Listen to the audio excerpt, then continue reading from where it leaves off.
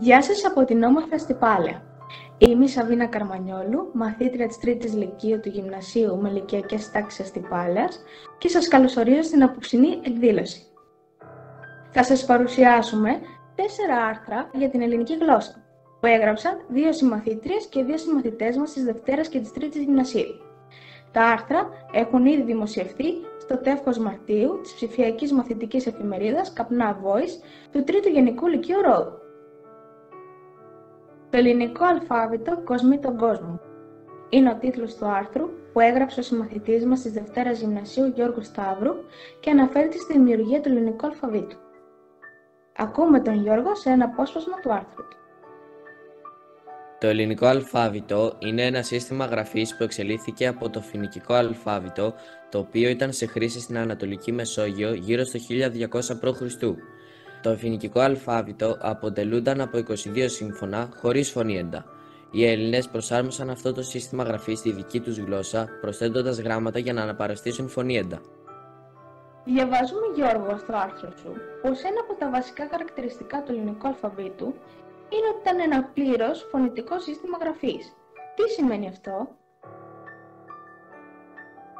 Σημαίνει ότι κάθε γράμμα αντιστοιχούσε σε ένα συγκεκριμένο ήχο στη γλώσσα. Αυτή ήταν μια σημαντική πρόοδος σε σχέση με τα προηγούμενα συστήματα γραφής που χρησιμοποιήθηκαν στην περιοχή, τα οποία βασίζονταν συνήθως σε λογόγραμμα ή συλλαβικές γραφές που δεν αντιπροσώπευαν μεμονωμένους ήχους.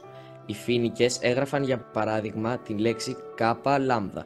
Ωστόσο, ο αναγνώστης δεν ήξερε αν πρόκειται για τις λέξεις καλό, κιλό ή κελί. Αυτό έκανε την ανάγνωση δύσκολη, αφού ο αναγνώστης έπρεπε να μαντεύει την κάθε λέξη από τα συμφραζόμενα. Οι Έλληνες, εισάγοντας στο αλφάβητο τα φωνήεντα, δημιούργησαν ένα εξαιρετικά αποτελεσματικό και ευέλικτο σύστημα γραφής που συνεχίζεται να χρησιμοποιείται σήμερα με διάφορες μορφές σε όλο τον κόσμο. Υπάρχουν όμως και οι αρχαίοι μύθοι που συσχετίζουν το φοινικικό αλφάβητο με τη μυθική Αστυπάλαια. Θα μας πεις λίγα λόγια? Σύμφωνα με τον Ηρόδοτο, το αλφάβητο το εισήγαγε από τη Φοινίκη στην Ελλάδα ο Κάδμος, ο ιδρυτής και πρώτος βασιλιάς της Θήβας. Μάλιστα, ο Ηρόδοτος αναφέρει πως τα γράμματα λέγονταν αρχικώς Καδμία ή Φοινικία. Ο Κάδμος, αν και απόγονος της μυθικής ιούς του Άργους, ήταν πρίγκιπας της Τύρου της Φοινίκης και αδελφός της Αστυπάλαιας και της Ευρώπης.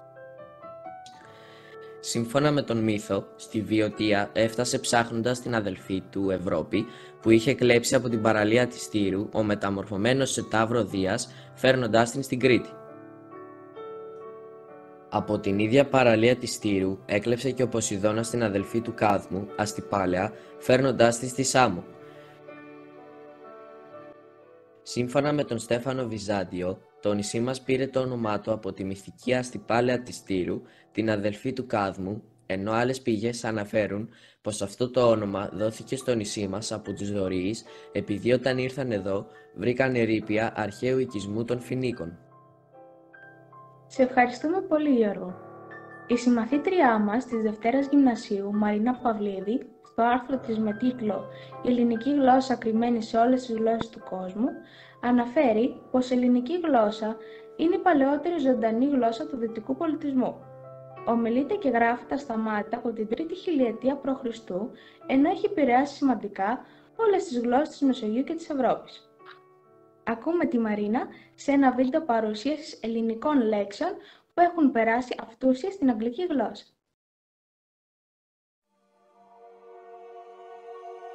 Χάος. Γένεση. Ενέργεια. Αρμονία. Κόσμος. Ποίηση. Ιστορία. Αστρονομία. Φιλοσοφία. Δημοκρατία. Στρατηγική. Μέθοδος. Διάλογος. Κρίση. Επίλογος. Ουτοπία. Φαντασία. Παράδεισος.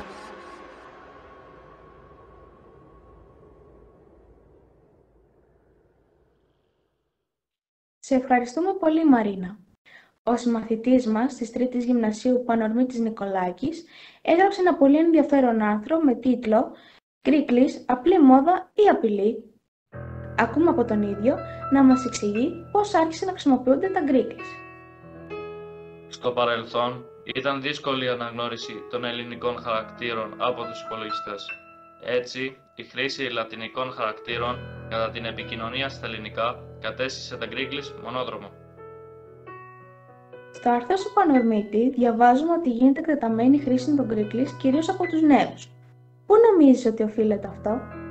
Οι νέοι, ως πιο επαναστατικοί, υιοθέτησαν τα γκρίκλις ως έναν κώδικα επικοινωνίας δύσκολα κατανοητό από τους μεγάλους. Οι περισσότεροι όμως επιλέγουν αυτόν τον τρόπο γραφής λόγω συνήθειας και ταχύτητας. Άλλοι πάλι προσπαθούν να κρύψουν με τα γκρίκλις την κακή ορθογραφία τους. Στο άρθρο σου καταλήγεις στη διαπίστωση ότι η χρήση των γκρίκλις επηρεάζει αρνητικά την εκμάθηση της ελληνικής γλώσσας. Πώς νομίζεις ότι μπορεί να αλλάξει αυτό? Τα γκρίκλις είναι ψηφιακή συνήθεια. Σε όλα τα ψηφιακά μέσα υπάρχει πλέον η δυνατότητα να γράφουμε σωστά ελληνικά. Όσοι έχουν πρόβλημα με την ορθογραφία, πέρα από την ανάγνωση βιβλίων που θα τους βοηθήσει να βελτιωθούν, όταν γράφουν σε ψηφιακά μέσα, μπορούν να ενεργοποιούν τον ορθογραφικό έλεγχο. Σε ευχαριστούμε πολύ, Πανορμήτη. Η μουσικότητα της ελληνικής γλώσσας είναι ο τίτλος του άρθρου που έγραψε η συμμαθήτριά μας της 3ης Γυμνασίου, Ρένα Κατακουζινού. Ακούμε τη Ρένα να μας απαγγείλει τους μαγικούς στίχους του ποιητή Νικηφόρου Βρετάκου που υμνούν τη μουσικότητα της ελληνικής γλώσσας.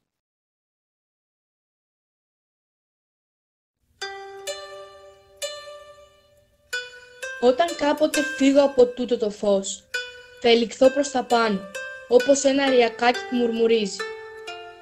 Κι αν τυχόν ανάμεσα στους γαλάζιους διαδρόμους συναντήσω αγγέλους, θα τους μιλήσω ελληνικά, επειδή δεν ξέρουν γλώσσες. Μιλάνε μεταξύ τους με μουσική.